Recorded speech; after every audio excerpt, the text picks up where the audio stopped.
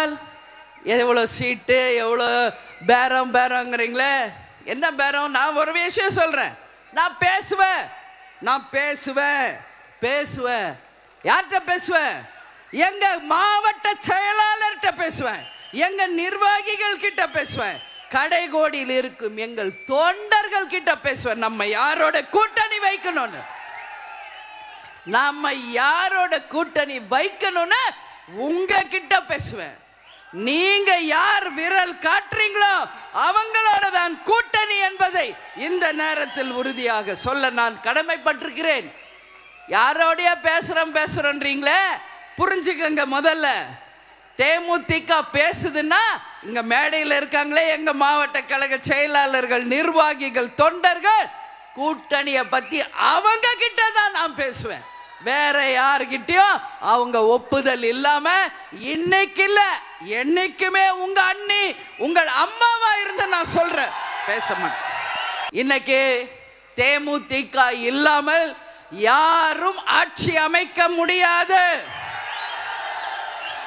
தேமுதிக எங்கு கூட்டணி வைக்கிறதோ அவர்கள்தான் ஆட்சியில் அமர முடியும் என்பதை இந்த நேரத்தில் நான் உறுதியா சொல்றேன். ஏன் சொல்றேன்? இது ஜாதி, மதம், இனம், மொழிகளுக்கு அப்பாற்பட்ட ஒரு கட்சி, மக்களை நேசிக்கின்ற ஒரு கட்சி.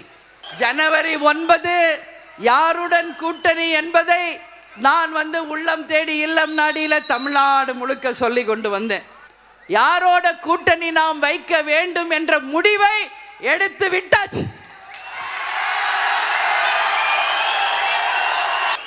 ஆனால் அதை இந்த மாநாட்டில் அறிவிக்க வேண்டுமா என்பதுதான் கேள்வி. அது ஏன் சொல்றேன்றதை நீங்க புரிஞ்சுக்கணும். நான் ஏன் அதை சொல்றேன்றதை நீங்க புரிஞ்சுக்கணும். இன்று வரை தமிழகத்தில் எந்த கட்சியும் கூட்டணியை அறிவிக்கவில்லை. இந்த நிமிஷம் வரைக்கும் எந்த கட்சியுமே கூட்டணி அறிவிக்கலை. இவங்க தான் எங்க கூட்டணின்னு சொல்லல. அப்படி இருக்கும் பொழுது நாமும் சிறிது ஆலோசித்து தெளிவாக சிந்தித்து நல்ல தீர்ப்பை தான் எடுக்க வேண்டும் என்பதை நம்ம மாவட்ட கழக செயலாளர்கள் சொல்லி இருக்காங்க. நம்ம இவ்வளோ நாள் சத்திரியனா வாழ்ந்துட்டோம், இனிமேல் சாணக்கியத்தனமாக நாமளும் வாழணும்.